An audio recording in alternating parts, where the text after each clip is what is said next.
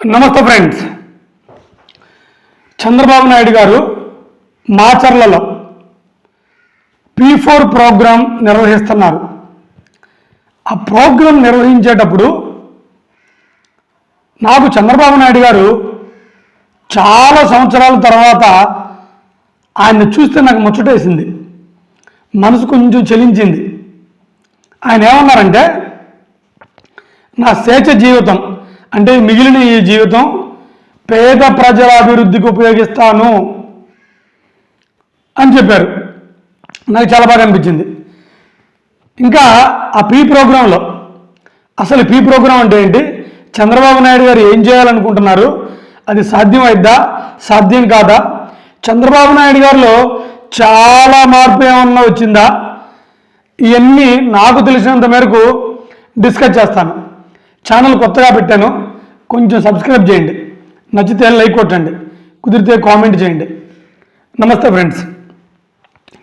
చంద్రబాబు నాయుడు గారు ఆయన చాలా పథకాలకి పునాదేశిన అతను. జన్మభూమి, శ్రమదానం, నీరు మీరు, డ్వాక్రా, ఈ గ్యాస్ సిలిండర్లో ఇలా ఆ మాటకొస్తే సాఫ్ట్వేరు ఒకటా రెండు చాలా చేశారు. అయితే నేను చంద్రబాబు నాయుడు గారిని అనుకునేవాడిని, చంద్రబాబు నాయుడు గారికి ఎమోషన్స్ తక్కువేమో, పెద్దగా మనుషులతో రిలేషన్స్ ఉన్నదేమో, ఎక్కువ ఎకనామికల్గా ఆలోచిస్తారు అని అనుకునేవాడిని ఇప్పటి వరకు కూడా. అయితే చంద్రబాబు నాయుడు గారిని ఇలా మాచర్లలో చూసినప్పుడు జస్ట్ ఒక 6-7 నిమిషాలు చూశాను P4 ప్రోగ్రాంలో. నాకెందుకు కొంచెం మనసు చెలించింది. చంద్రబాబు నాయుడు గారు ఏమన్నారంటే, ఒక ముస్లిం ఆవిడ వచ్చారు, నాకు భర్త చనిపోయారండి అని చెప్తా, నా చెల్లిని నా కూతుర్ని చదివించుకోవాలి ఇవన్నీ చెబుతున్నారు ఆవిడ. అంతకుముందు ఒక ఆవిడ లీలావతి ఎవరు ఒక ఆవిడ వచ్చారు, ఆవిడ గురించి కూడా మాట్లాడుతూ చంద్రబాబు నాయుడు గారు ఒకే మాట అన్నారు, అక్కడ బంగారు ఫ్యామిలీలు మార్గదర్శి ఫ్యామిలీలు ఉంటాయి. అంటే ఏం లేదు, బాగా డబ్బు ఉన్న వాళ్ళు పేదవాళ్ళని దత్తత తీసుకొని వాళ్ళని డెవలప్ చేయడం అన్నమాట P4 ప్రోగ్రామ్ అంటే.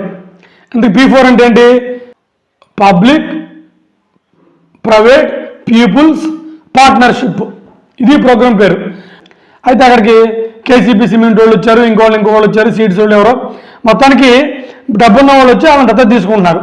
అప్పుడు చంద్రబాబు నాయుడు గారు ఒక మాట అన్నారబ్బా, నాకు చాలా బాగా నచ్చింది. ఏంటంటే ఆ మాట, మేము కుట్టు మిషన్లు ఇస్తాం, లేదా ఇంకోటి ఇస్తాం ఇవి వద్దు, ఆ కుట్టు మిషన్లు పనిచేస్తాయా పనిచేయవో కూడా ఎవరికి తెలియదు, నాకు ఇవన్నొద్దు, మీరు కలెక్టర్ దగ్గరికి వెళ్ళి ఒక లిస్టు రాసి ఉండే, ఎంతమందిని దత్తత తీసుకుంటాం, ఎంతమందిని వాళ్ళకి జాబులు వచ్చే వరకు చదివిస్తాం, ఇది చేయండి అని చెప్పి ఇంకో మాట అన్నారు. కనీసం ఈ ప్రోగ్రాం వలన కొంతమంది డబ్బున్న వాళ్ళు డబ్బు లేని వాళ్ళని కొంచెం డెవలప్ చేస్తారనేది నా ఆశ.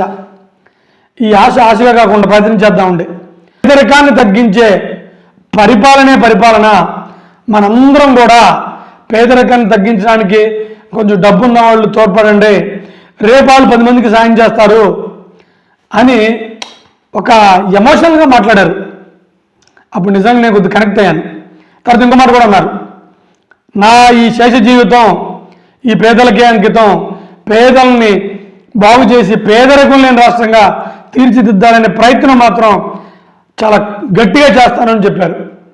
ఏమైనా చంద్రబాబు నాయుడు గారు కూడా మారారని నాకు అనిపించింది. ఆయన చాలా మారారు. మారకపోతే ఇన్ని పథకాలు, ఇన్ని సంక్షేమ పథకాలు ఎవరో. సో ఏమైనప్పటికీ చంద్రబాబు నాయుడు గారు ఆయన రిటైర్మెంట్ లోపు ప్రజల మనసుల్లో చెరగని ముద్ర వేయాలని మనస్ఫూర్తిగా కోరుకుంటూ ఆ P4 పథకం సక్రమంగా అమలు అవ్వాలని, చంద్రబాబు నాయుడు గారు కళ నెరవేరాలని మనస్ఫూర్తిగా కోరుకుంటూ సెలవు తీసుకుంటున్నాను. నమస్తే ఫ్రెండ్స్.